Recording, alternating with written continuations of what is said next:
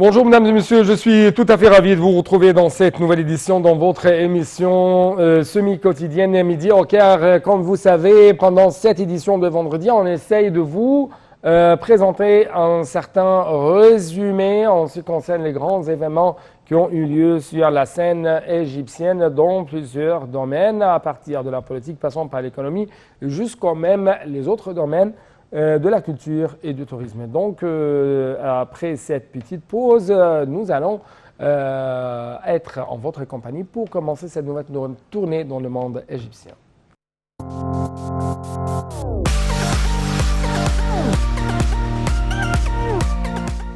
Donc, à la une de cette édition, c'est cette réunion qui a été tenue par le président égyptien Fattah el-Sisi avec le gouverneur de la Banque centrale, M. Tariq Amir, le sous-gouverneur de la Banque pour la stabilité bancaire, Gamal Negm, le sous-gouverneur de la Banque pour la stabilité monétaire et même le premier vice-gouverneur de la Banque égyptienne. Justement, je dois vous rappeler que selon le porte-parole de la présidence de la République, la réunion a porté sur les activités de la Banque centrale dans le cadre du système monétaire et financier de l'État. Donc, plus d'explications seront avec notre collègue Marwa Arafa en coopération avec Ayachel. Le président Abdel Fattah el-Sisi s'est réuni avec le gouverneur de la Banque centrale, Tariq Amir, le sous-gouverneur de la Banque pour la stabilité bancaire, Gamal Negm, le sous-gouverneur de la Banque pour la stabilité monétaire, Rami Abou Naga, et le premier vice-gouverneur de la Banque, Maï Abou Naga. Le porte-parole de la présidence de la République a déclaré que la réunion a porté sur les activités de la Banque centrale dans le cadre du système monétaire et financier de l'État. Dans ce contexte, le président a chargé la Banque centrale d'élaborer et de lancer un nouveau programme de financement immobilier au profit des catégories à revenus faibles et intermédiaires pour les soutenir, pour qu'ils puissent posséder des unités de logement à travers des prêts à long terme, pouvant aller jusqu'à 30 ans, avec un intérêt simple qui ne dépasse pas 3%. À cet égard, le gouverneur de la Banque centrale a présenté les efforts de la banque au cours de la période écoulée, en particulier pendant la pandémie de Covid-19, soulignant que la situation actuelle des réserves monétaires étrangères est à un niveau fort et sûr, conduisant à des taux de change stables et à l'obtention de liquidités des devises, ayant un grand impact à surmonter les répercussions de Covid-19 au cours de l'année passée. Le président a loué la performance de la Banque centrale en harmonie avec toutes les institutions gouvernementales, conformément à l'orientation économique générale de l'État. De même, les résultats de l'initiative présidentielle lancée en 2015 pour les moyennes, petites et micro-entreprises ont également été examinés, dont leur taux total de financement s'est élevé à environ 234 milliards de livres égyptiennes, dont 1 260 000 établissements commerciaux et industriels ont bénéficié, fournissant environ 1 million de chances d'emploi. À cet égard, le président a exigé l'augmentation du volume de ce financement de 117 milliards de livres égyptiennes supplémentaires au cours de l'année en cours et de la suivante.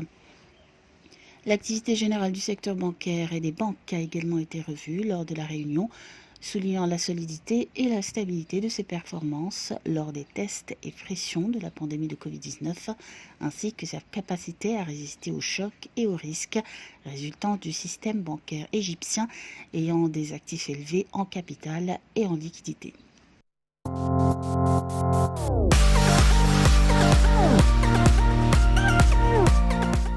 Donc, de retour encore une fois, chers téléspectateurs, le Premier ministre, Dr Moustapha Madbouli, a ordonné d'achever rapidement le plan exécutif du projet national pour le développement de la famille égyptienne afin de le soumettre à la prochaine réunion du Conseil, ce avant même de l'avancée au président Abdel Fattah el-Sisi. Le ministre du plan de développement économique, Dr Hala As-Saïd, a indiqué que l'objectif stratégique de ce projet consistait à contrôler la croissance démographique comme un moyen d'améliorer les conditions de vie des citoyens de la famille égyptienne. Toujours plus d'explications dans ce reportage. Le Premier ministre Moustapha Madbouli a ordonné d'achever rapidement le plan exécutif du projet national pour le développement de la famille égyptienne afin de le soumettre à la prochaine réunion du Conseil avant de l'avancer au président Abdel Fattah el-Sisi. La ministre du Plan et du Développement économique, Hala Saïd, a indiqué que l'objectif stratégique de ce projet consistait à contrôler la croissance démographique comme un moyen d'améliorer les conditions de vie du citoyen et de la famille égyptienne. Elle a expliqué que le projet visait à la création d'un fonds gouvernemental pour l'assurance et le développement de la famille égyptienne qui accorde des primes aux ménages qui respectent les critères du planning familial et à l'application de la transformation numérique et à la mise en place d'un système électronique pour automatiser les services du fonds d'assurance familiale et les relier aux unités de santé et de développement de la famille. Il a ajouté que le projet est également destiné à améliorer la performance des hôpitaux afin de devenir des unités de santé et de développement de la famille dans le but de fournir les vaccins et les services de santé.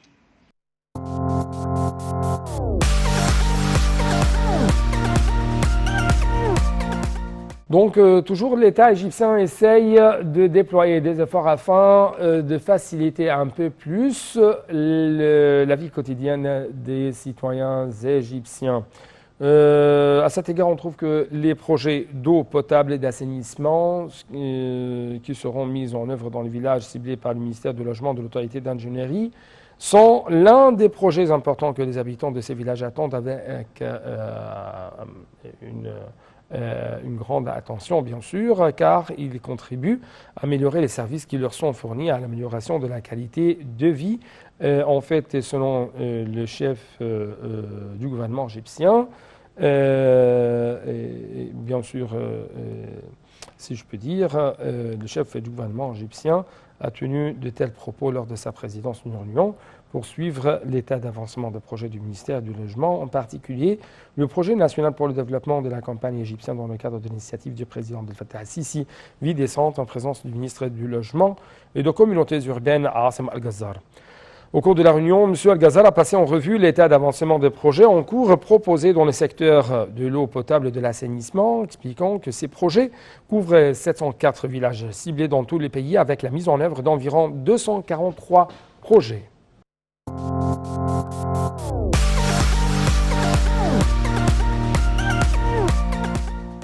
En fait, dans le domaine du gaz, injection de 61 milliards de mètres cubes à travers le réseau national en 2020. Donc, c'est presque l'un des grands événements, l'un des grands titres qui ont marqué la scène du gaz ici en Égypte.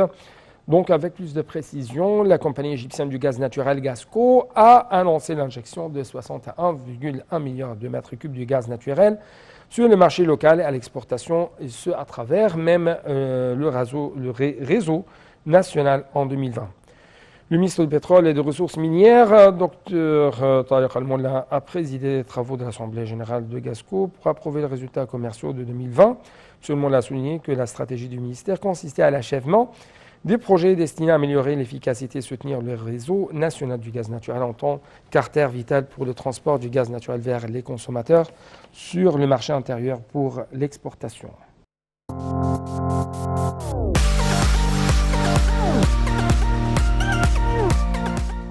D'autre part, on trouve que le président exécutif de l'autorité générale égyptienne pour la promotion du tourisme, M. Ahmad Youssef, a participé au nom du ministre des Antiquités et du Tourisme, Khaled Al-Anani, à la 6e conférence de l'Union des spécialistes du marketing qui se tient sous les auspices du ministère de la Jeunesse et des Sports. Il s'agit de la première conférence en genre pour la commercialisation, la publicité et l'entrepreneuriat en Égypte au Moyen-Orient. La conférence vise également à trouver des solutions en matière de marketing et des idées pionnières après la crise du coronavirus et ses divers effets à tous les niveaux internationaux et son impact même sur le commerce et les diverses industries en Égypte et dans le monde.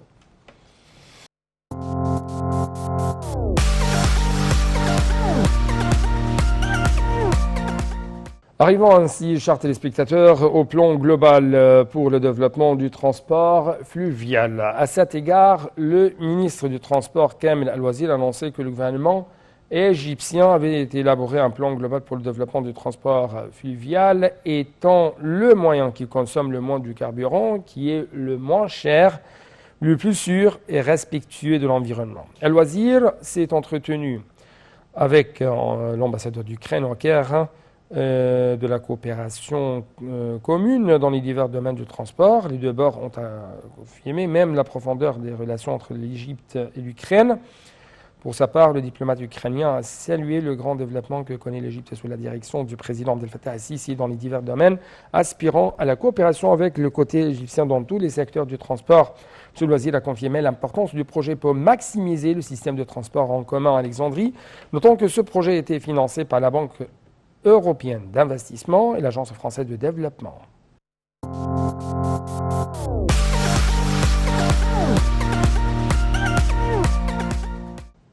Sur cette fois-ci au niveau du domaine économique.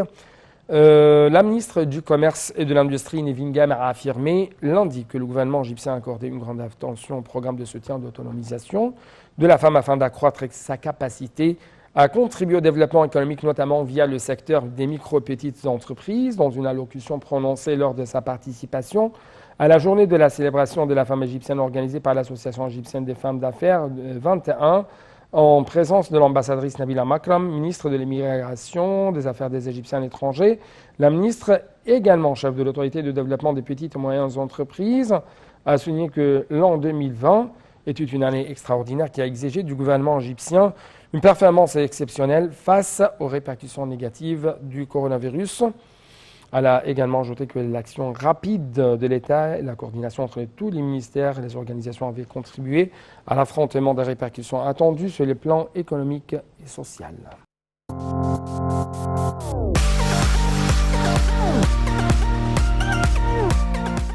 Passons à une autre déclaration, à une autre réalité. La femme égyptienne mérite un honneur spécial pour ses sacrifices continus. C'est ce qu'a déclaré récemment, avec plus de précision lundi dernier, la ministre de l'Immigration et des Affaires des Égyptiens à l'étranger, Nabila Makram, lors de sa participation à la cérémonie organisée par l'Association Femmes d'Affaires d'Égypte 2021. Pour célébrer la femme égyptienne, Mme Makram a souligné que la femme égyptienne avait prouvé qu'elle était très attachée à sa patrie, qu'elle avait contribué directement à préserver sa patrie dans les circonstances les plus difficiles. La direction politique valorise le rôle de la femme égyptienne et croit en sa capacité dans les divers domaines. C'est ce qu'a dit Mme Makram, rappelant que le ministère de l'Immigration avait lancé l'initiative « Une égyptienne vaut 100 hommes » pour mettre à l'honneur des modèles honorables des femmes égyptiennes à l'étranger. Ils tiraient profit de leurs expertises pour promouvoir l'Égypte à l'extérieur en sus de la participation aux initiatives nationales, dont celle de la vie décente pour le développement des villages et de la campagne égyptienne.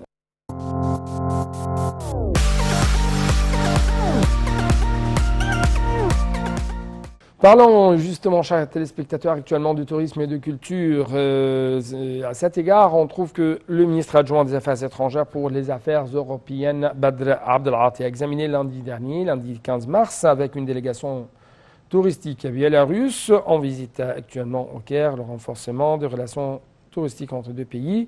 La rencontre a porté sur les possibilités d'augmenter le nombre de touristes biélorusses visitant l'Égypte. La délégation biélorusse a de son côté loué les mesures de prévention contre le coronavirus prises par les autorités égyptiennes dans les destinations touristiques.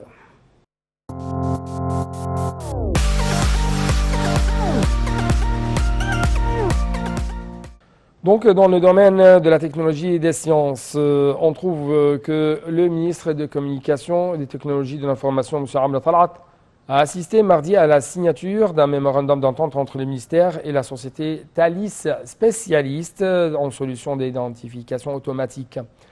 L'entente de coopération prévoit la coopération entre les deux bords pour le développement des applications de l'intelligence artificielle dans les divers domaines en renforçant les capacités, en encourageant même l'innovation et la recherche liée à l'intelligence artificielle. L'entente vise la mise sur place des projets conjoints pour renforcer l'industrie de l'intelligence artificielle en Égypte dans le cadre de la stratégie nationale de l'intelligence artificielle et l'utilisation de ces applications dans les divers domaines, dont les cités intelligentes, le transport, le gouvernement numérique et l'infrastructure intelligente.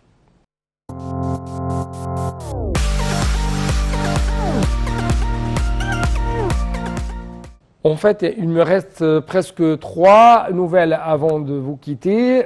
Donc, très rapidement, nous devons parler un peu plus de la télécommunication. Cet effet, le président exécutif de l'entreprise Télécom Égypte, Adel Hamid a examiné avec le PDG de Libyan International Telecom Company, LITC, Adel Abou Faris, la coopération dans le domaine des télécommunications internationales et des communications entre les deux pays. Promouvoir l'efficacité du réseau terrestre et transfrontalier représente une importance stratégique pour la connexion internationale avec les pays voisins. C'est ce qu'a martelé M. Hamid, signalons que cette opération se traduira par l'amélioration des performances des services internationaux de télécommunications. Cette visite intervient, ou plutôt s'inscrit, dans le cadre de l'échange des expériences entre les deux entreprises et permettra d'ouvrir des perspectives de coopération bilatérale dans le domaine des télécommunications. C'est ce qu'a indiqué de son côté M. Fares, ajoutant que la LITC aspire à davantage de partenaires de Télécom Égypte.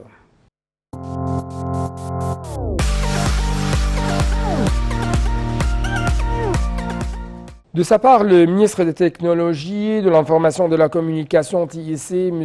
Amr Talat, et le président de l'organisme arabe d'industrialisation OAI, Abdelmonem Attarras, ont assisté à la signature d'un accord entre l'organisme de la société Viber Egypt Systems pour la mise en œuvre du système intelligent afin de gérer et d'exploiter le quartier de connaissances établi dans la nouvelle capitale administrative.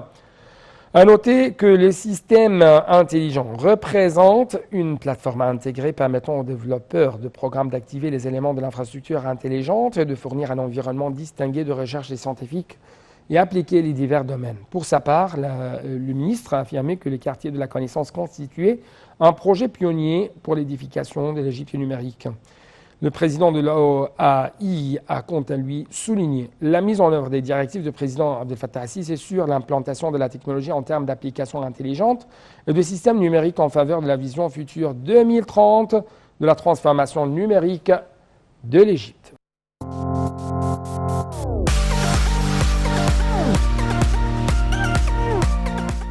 Clôturons donc cette édition, chers téléspectateurs, par une nouvelle concernant le domaine sanitaire en Égypte. C'est pourquoi nous avons un grand titre, examen des moyens de poursuivre le soutien médical aux États arabes.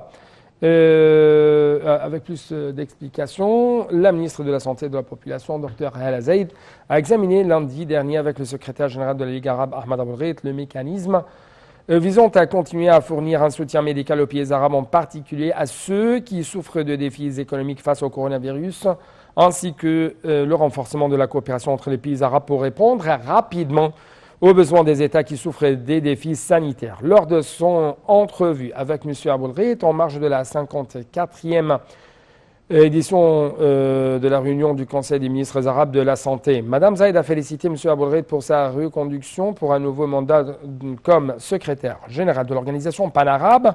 Saluons les efforts déployés et sont suivis aux questions des pays arabes et le renforcement de la coopération arabe commune. C'est ce qu'a déclaré en fait le porte-parole du ministère de la Santé, Khaled Megahed.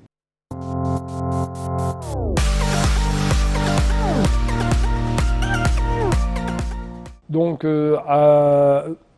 nous arrivons à la fin de cette édition avec cette dernière nouvelle qui a jeté la lumière sur cette coopération de plus en plus renforcée entre l'Égypte et les autres pays arabes, notamment dans ce temps de crise, dans ce temps de désastre du coronavirus, et ce, bien sûr, afin de lutter contre cette pandémie qui touche tout le monde, notamment les pays malheureusement qui sont actuellement en crise sur la scène arabe. Donc encore une fois, avec cette dernière nouvelle, nous devons clôturer cette édition et vous dire merci beaucoup pour votre fidélité et au revoir.